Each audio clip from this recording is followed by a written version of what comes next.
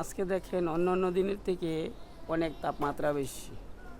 আমার যে কিছু গাছের চারা ছিল, আজকে হঠাৎ করে ছাদে উঠে দেখি সব গাছই প্রায় মরে যাওয়ার মতো অবস্থা, শুকায়।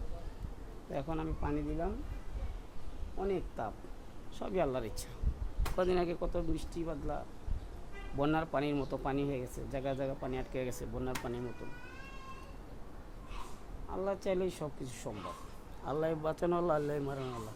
তবে বান্দার সবসময় সচেতন থাকতে হবে, আল্লাহ রসুলের স্বর্ণপূর্ণ থাকতে হবে, গুণগান গাইতে হবে, বেশি বেশি তুবা পড়েন, জিকির করেন, কালেমা পড়েন,